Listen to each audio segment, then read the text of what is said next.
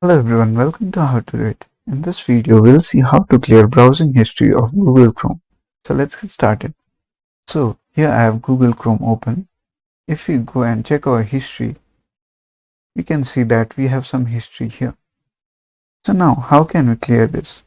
We can either select this one by one and click on delete, or what we can do is just click on clear browsing data. Now, here it will ask us for what duration we want to clear the data. So if you click here, we'll get options like last hour, last 24 hours, last 7 days, last 4 weeks, and all time. I'll just click on all time and then click on clear data. Now, if we go back to our history, we can see that all the history has been deleted.